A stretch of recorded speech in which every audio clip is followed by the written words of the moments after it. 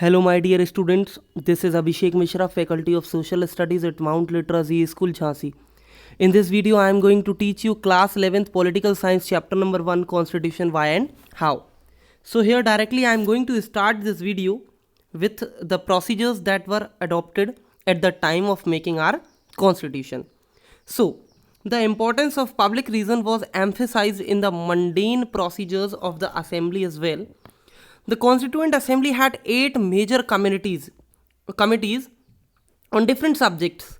Usually Jawaharlal Nehru, Rajendra Prasad, Sardar Vallabhbhai Patel, Maulana Azad और Ambedkar chaired these committees. तो संविधान को बनाने के लिए कॉन्स्टिट्यूएंट असेंबली जो थी उन्होंने 8 बड़ी बड़ी कमेटीज़ को बनाया और मेनली जिसमें सरदार वल्लभ भाई पटेल, अंबेडकर, जो मौलाना आज़ाद थे और जो जवाहरलाल नेहरू थे, इन्होंने अपना काफ़ी अच्छा रोल प्ले किया. So these were not men who agreed with each other on many things. Means conflicts arose between them.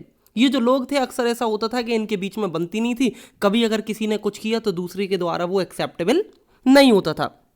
Ambedkar had been a bitter critic of Congress and Gandhi, accusing them of not doing enough for the upliftment of the scheduled castes. As we had already studied in Nationalism in India, class 10th, history chapter number 2, तो वहाँ भी हमने देखा था कि जो अंबेडकर थे और जो गांधी जी थे इनके बीच में बनती नहीं थी. 1932 में 1932 में इन दोनों के बीच में एक पूना पैक्ट भी पास हुआ था जिसमें रिजर्व सीट्स दी गई थी. किसको? शेड्यूल कास्टेज को. तो इस तरीके से अधिकतर डिसएग्री ये लोग अपने आप में बने रहते थे.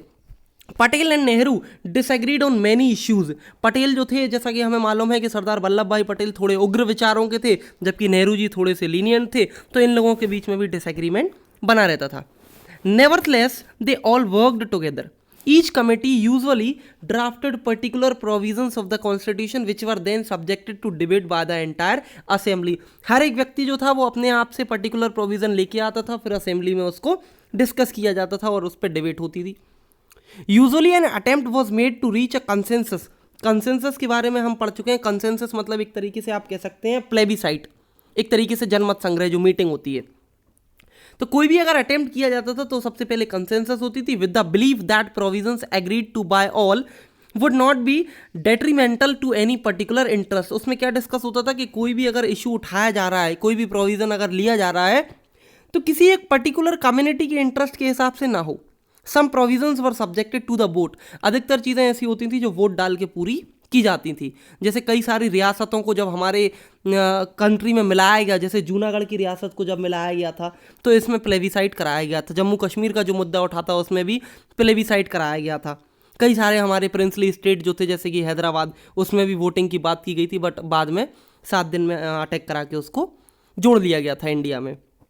So, but in each instance, every single argument, query or concern was responded to with great care and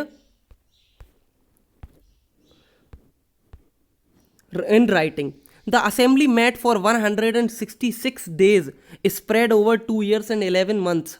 2 year, 11 months and 18 days. 2 साल 11 महीने 18 दिन हमारे कॉन्स्टिट्यूशन को पूरा बनने में लगी.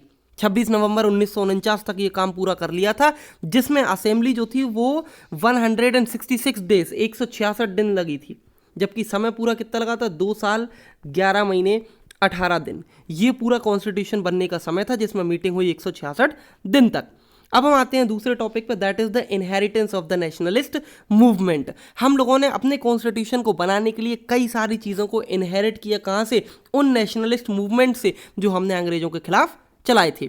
हम लोगों ने उससे काफ़ी कुछ सीखा, उसे अपने कॉन्स्टिट्यूशन में इम्प्लीमेंट किया और आज वो कहीं ना कहीं हमारे लिए सही साबित भी हो रहा है. So but no constitution is simply a product of the assembly that it produces it. An assembly as diverse as the Constituent Assembly of India could not have functioned it if there was no background consensus on the main principles that the Constitution should enshrine.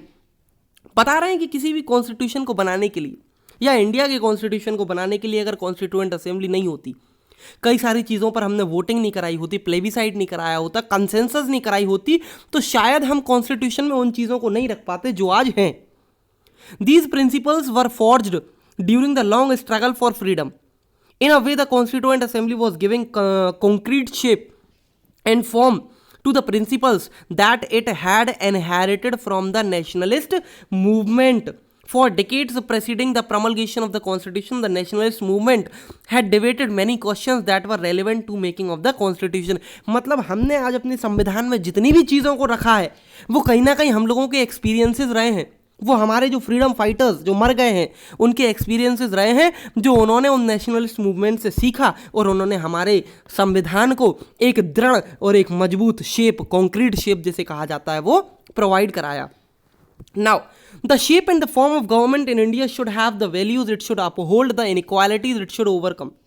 हमारे संविधान को इस तरीके से बनाया गया कि हमारी कंट्रीज में जो इनइक्वालिटीज, असमानताएं थी लोगों के बीच की, जिसे हम अनटचेबिलिटी कहते हैं, जिसे हम कास्ट डिस्क्रिमिनेशन कहते हैं, जिसे हम क्या कहते हैं, जिसको हम कहते हैं कम्युनलिज्म, सांप्रदायिकता, तो इन सभी चीज़ों को हटाने के लिए हमारे संविधान को कुछ इस तरीके से बनाया गया कि राइट टू इक्वालिटी जो है वो सबको प्रोवाइड की जाए और इसके लिए इनइक्वालिटीज़ को हटाया गया.